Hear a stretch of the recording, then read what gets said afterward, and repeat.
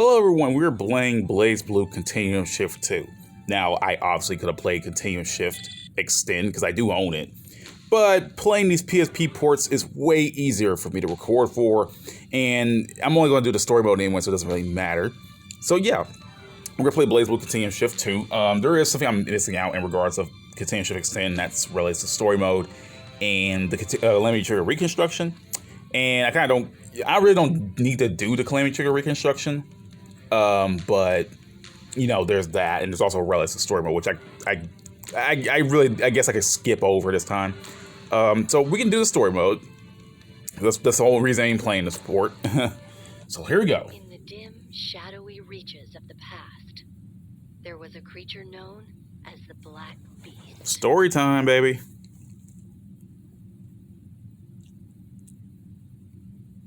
Possessing powers beyond the comprehension of mankind, its only desire was the total annihilation of all humanity. Fighting a hopeless battle for survival, mankind was pushed to the brink of extinction. Just as all hope was about to be lost, 6 heroes appeared. They taught the last vestiges of humanity how to harness and control the mystic force of the universe known as magic. And humans fused it with science, creating what was to become known as ARCSYS. See, that's the good thing about Continuum Shift starting off this way. Calamity Trigger didn't tell you shit on what magic was or Ars Magus. Like, they dropped the word Ars and Armagus and Ars Magus, but they never actually said what the hell Ars Magus was. They never tell you really what the Black Beast was. You know, they never really tell you these things. And I can understand that maybe they just didn't want to, spill it all at one moment. Mori, maybe he just wanted to save it for later. But the thing about Calamity Trigger and the way it's built is that the fact that they don't really explain much, and you kind of have to guess what's going on.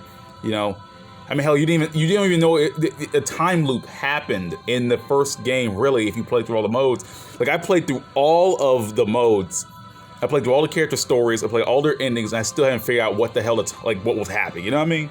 And I know all this stuff, so if I'm lost while knowing this stuff, that's pretty bad. The humans who had the ability to use Ars Magus. See, now we know who the 6 heroes are. We know what Ars Magus is. We know freaking the Black Beast. Just this alone told me more than what Calamity Trigger told me. After a series of brutal battles, mankind finally stood victorious. Amongst the survivors, the war came to be known as the First War of Ars Magus. And the 6 brave warriors went down in history as the 6 heroes.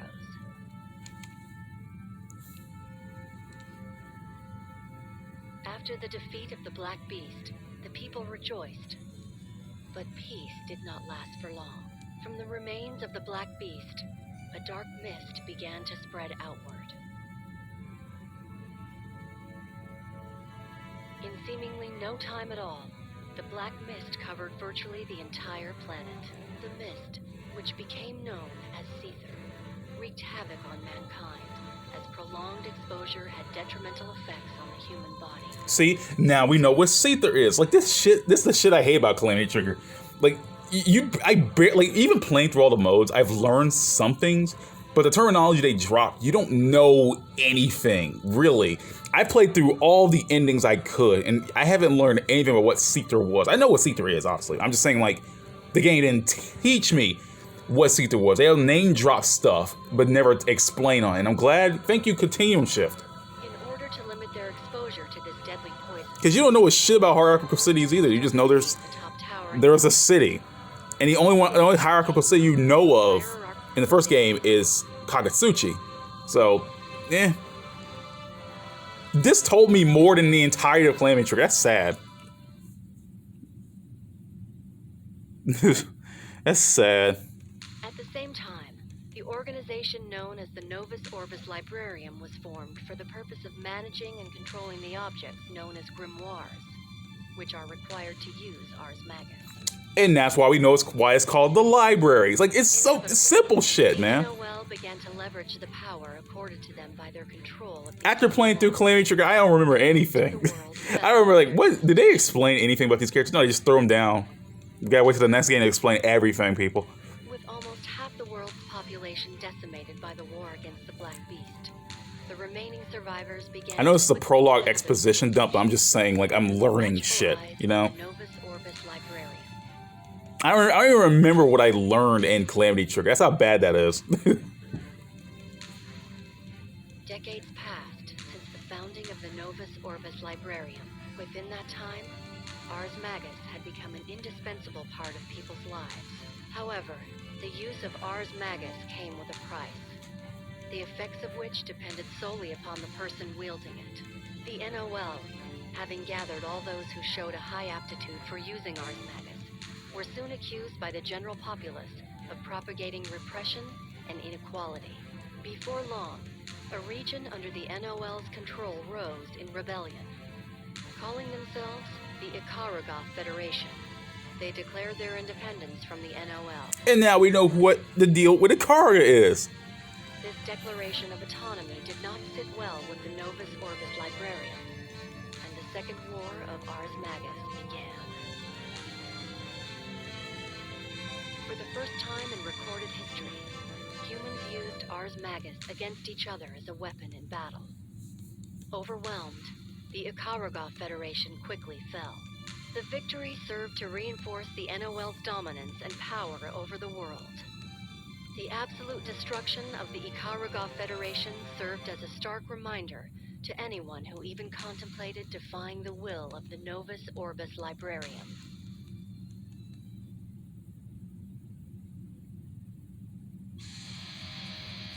A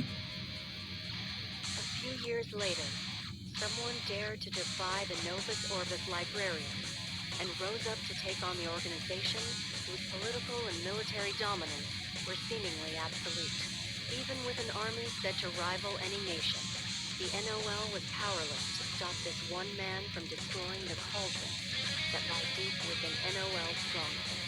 The man in question was called Ragna the Blood Edge. It was not long before the NOL declared Ragna the Blood Edge as an SS-class criminal, with the largest bounty in recorded history put on his head, and wanted posters with his face plastered on every available surface. Ragna had become the target of a wide variety of different organizations. The most significant of these were the Librarian's Guard, bounty hunters, known as vigilantes, and Sector 7, who was known for its advanced scientific research and breakthroughs. In addition to these organizations were other individuals who either coveted Ragna's power or sat silently in the shadows, watching. The world was slowly being transformed by the actions of one rebel.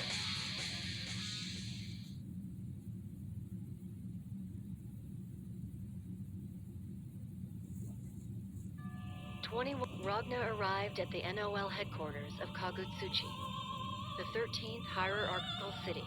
However, several of Ragna's enemies were already there, waiting for him. NOL 4th Thaumaturgist Squadron Commander Major Jin Kaizouwar. That's how you say that word? Thaumaturgist? Damn. I've only ever seen that word written. I've never actually seen anyone ever say thaumaturgist. Huh. You learn something new every day. Like, I never actually seen that. I've never actually heard that word spoken out loud by anyone I've ever seen or heard before. Crazy. One of the 6 heroes, Hakumen, the silver-haired girl, new 13. This is a good recap. I don't know who cares, but this is a good recap. And like an actually well-told one, because it's telling me more about the plot than Calamity Trigger ever tried to. Yeah, I mean, to be fair, without playing Calamity Trigger, you wouldn't even know some of these parts. I'm just saying, like, this lays it out in a more clear, concise manner than what Calamity Trigger ever tried to do. That's sad, but you know, I'm not gonna rip on it. Just as Ragna thought he had finished what he'd set out to do, he was dragged into the cauldron along with New 13. As he was plummeting to his doom, Ragna heard a girl's voice calling to him. With the last of his strength, he reached out his hand. Thanks to her actions, Ragna's life was spared. The girl's name was Noelle Vermilion. Like, this game is the prologue straight up like fills in the shit you didn't even know, man. Out in the streets, people were joyously celebrating the start of a new year. However, Ragna ignored the celebrations, intent on more important matters. The destruction of his new arch-nemesis. Huh, so that's where that picture comes from. I was wondering what that alt picture came from. I'm pleased you could make it to this meeting, Rachel Alucard. I suppose long time no see would be the appropriate response. In your subjective time, it has been 19,792 hours, 41 minutes, 52 seconds. Correct. For us, it has been 200. Why is my freaking music so loud? I turned the music down and turned the voices up for a reason. What the shit? The difference between our subjective times is a... Wait a minute. Can I still... Damn it. Ah. How much of a discrepancy is there right now? Whatever. I'll figure it after I'm done with this. Observed 1 in 940,000 deviation from the predicted number. Oh, interesting. You're saying almost nothing has changed. Rachel Alucard, I think it is safe to say that there has been no change whatsoever. Even your hair remains unchanged. So, nothing has changed. Although the word miracle is not exactly in our vocabulary, would you agree that your existence itself is a miracle of sorts? Correct. We have, however, observed a rather intriguing change in the behavior of a certain mind. Have you summoned me here simply to tell me that? Why did you lift Restriction 0, Rachel Alucard? We wish to know what you are trying to do with the Tsukuyomi unit. Whatever my intentions for the Tsukuyomi unit, they have nothing to do with you. Incorrect. Your actions in regard to the Tsukuyomi unit will impact our goals. We are currently re-evaluating the man's work. Indeed. Your actions do not seem to be entirely logical or even completely rational. Ragna the Blood Edge may be the origin, but he isn't where we should be focusing at this point. We cannot understand what makes Ragna the Blood Edge so valuable, Rachel Alucard. I assume you are well aware of the value and significance of the super... I mean, yeah, like, it's literally one of the god units, and Ragna's just some dude, but he's actually not just some dude. Correct. It is impossible that Ragna the Blood Edge has greater value than the Susanoo unit. This is our conclusion. I do not think his value is something you will ever understand. Yeah, Rachel, you stand up for him. We do not wish to meddle in your affairs, that much we will admit. That is why we accept the phenomenon that has occurred. Affirmative. We will accept and then select appropriately. Select? So you fancy yourselves gods now? Negative. Takamagahara is a system built by humans. Hey, we know Takamagahara now. Built by humans can never be designated as a god. Furthermore, once a god has been observed, it can no longer continue to exist as a god and becomes nothing more than a thing. Affirmative. The master unit is no exception. That's like God. And of course, the successor to the Azure, Noel Vermilion, is also governed by this rule. See, they never actually said the words successor to the Azure. They just called Noelle the new I. I mean, they did say she has something to do with the Azure, but then she said like she will inherit the true one and not the fake, quote unquote, fake Ragna has, right? So like, okay, everybody's like, okay, what is this? Like, what does that mean? You know, like what does Noelle being the quote unquote I mean? They never explained that in Calamity Trigger. Just saying. Which is why, Rachel Alucard, We would like to ask if you wish to become an observer of the boundary once again. Although I very much enjoy keeping dogs as pets, my desires are not so twisted that I wish to become a lapdog myself. Rachel Alucard, the outer perimeter is much closer to Takamagahara than you think. Before you abandon the duties you have already accepted, please consider the amount of time that has already been invested in this endeavor. Oh? I'm afraid I don't recall the precise amount. Your response has been recorded and analyzed.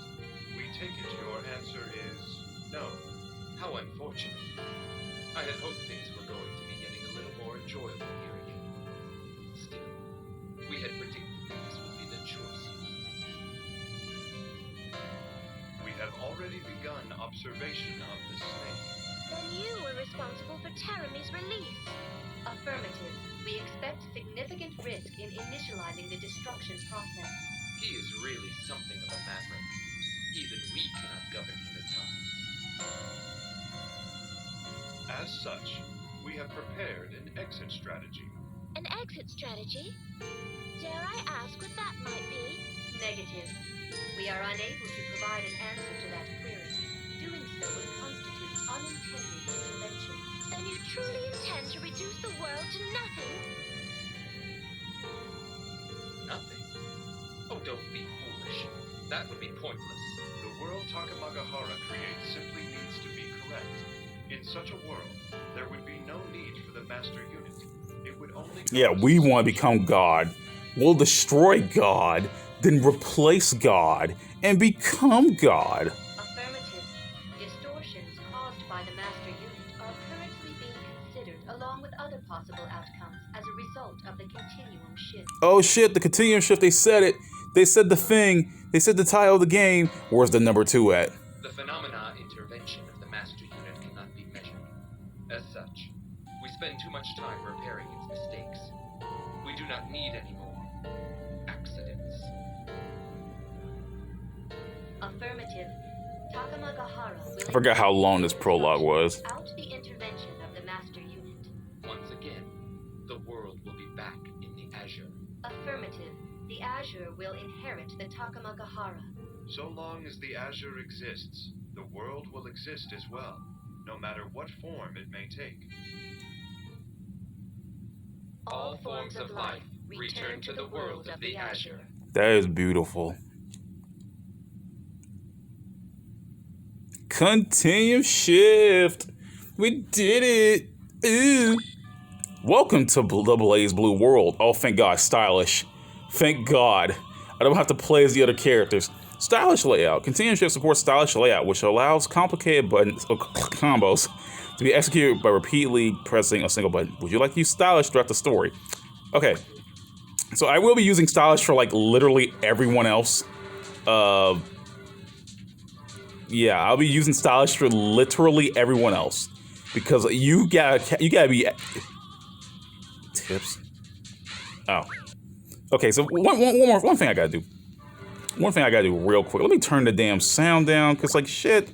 I want to keep the sound down and the voices up, so I won't have to like.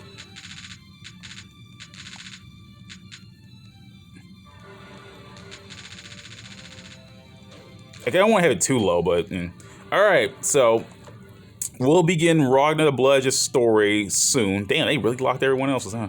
But yeah, we'll be doing everyone else's next episode. So I will see you all next time.